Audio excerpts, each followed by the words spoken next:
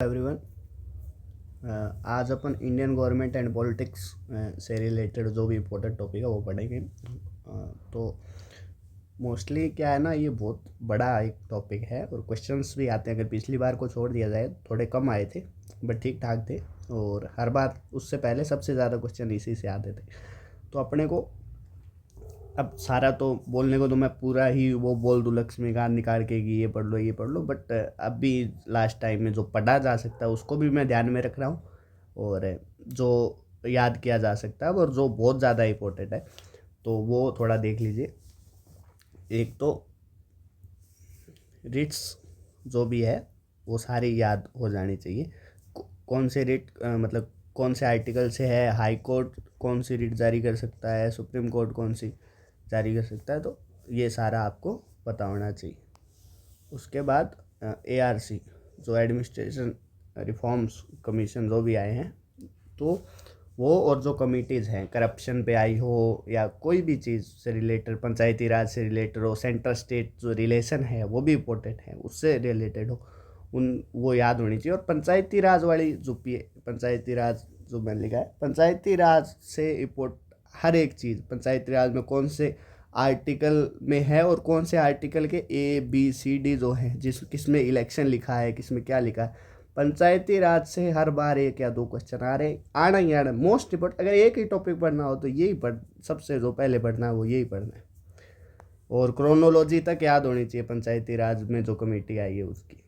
उसके बाद जो कमेंट्री है वो ग्रैनुअल ऑस्टिन हो गया या अतुल कोहली हो गया, कोई भी ने इंडिया के ऊपर कुछ भी चीज़ बोला है, इंडियन कॉन्स्टिट्यूशन पे, कांग्रेस सिस्टम या ये सब जो बातें हुई है, यहाँ से भी क्वेश्चन आता ही आता है, तो ये भी पढ़ना है।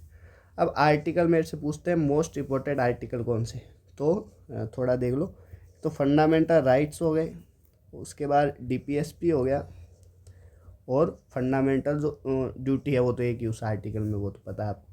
और कितनी ड्यूटीज़ है थोड़ा बहुत इन सब के बारे में, और कौन सा आर्टिकल है, मोस्टली ये सबसे इम्पोर्टेंट है। उसके बाद जैसे मोस्टली क्या होता है, जैसे कैग है वो कहाँ है, UPSC कौन से वाले में है, तो ये जो बहुत इम्पोर्टेंट जो चीज़ें हैं वो थोड़ा याद रखना होगा। और इसके अलावा इतना कुछ कोई ज़्यादा इस पे ध्यान नहीं देना है। अभी आप सारे के सारे आर्टिकल पढ़ने लग जाओ, जो भी आपको देखते ही पता चल जाए। जो जैसे मोस्टली ये भी पूछा जाता है आर्टिकल 141 और इसके आसपास जो सुप्रीम कोर्ट से रिलेटेड है, तो ये आपको एक बार पता होनी चाहिए। उसके बाद गवर्नमेंट ऑफ इंडिया एक्ट है जो जो 1935 में आया था या 1909 में आया था, 1919 में आया था, ये मोस्टली तीन आपको पता होनी चाहिए। इसमें थोड़ा थोड़ा क्या है, सेपरेट इलेक्ट्रोट वाला जो हुआ था, गांधी जी पूना पैक्ट, वो थोड़ा पता हो।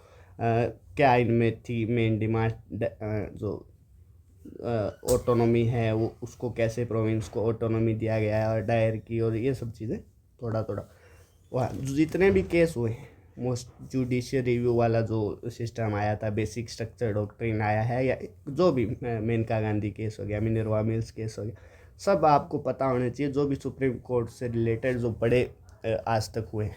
उसके बाद अमेंडमेंट्स, जो भी बड़े अमेंडमेंट्स हुए हैं, भले पंचायती राज वाला अमेंडमेंट हो गया हो या प्रीविपर्स को जो ख़त्म किया गया था इंदिरा गांधी द्वारा वो, या अभी एट प्रेजेंट मोदी गवर्नमेंट के अंदर जो फॉर एग्जांपल एक जिसको नल वॉइड कर दिया गया, जो NJAC करके कुछ था, जो जुडिशरी को रिफॉर्म थोड़ा करना चाहता था, उससे रिलेटेड है, या जो भी अभी लेटेस्ट आ रहे हैं वो थोड़े, जो लेटेस्ट वाले 4-5 तो पक्का याद होना चाहिए।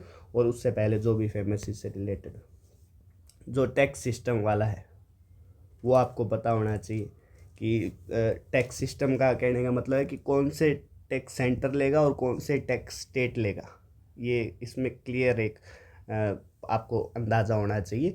उसमें आप जस्ट गूगल कर लो, ज़्यादा याद नहीं रखने हैं, 5-5 दोनों के याद रख लो, एक आधा हो ही जाएगा। और ये वाला क्वेश्चन हो गया। उसके बाद प्रियम्बल में क्या लिखा है, एक एक वर्ड प्रियम्बल का आपको याद होनी चाहिए कि पहले कौन सा आया है, बाद में कौन सा है, क्योंकि ये बहुत इंपॉर्टेंट चीज़ है।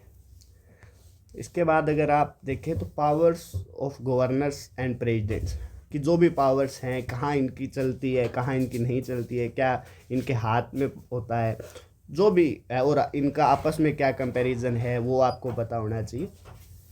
इसके अलावा जो स्टेट है, तो जैसे सबसे पहले आंध्रा बना, आंध्रा आई थिंक, और महाराष्ट्र, फिर महाराष्ट्र ऐसे करके हिमाचल, हरियाणा, जो भी बाद में ऐसे बनते गए हैं, सभी स्टेट्स की क्रोनोलॉजी आपको पता होनी चाहिए।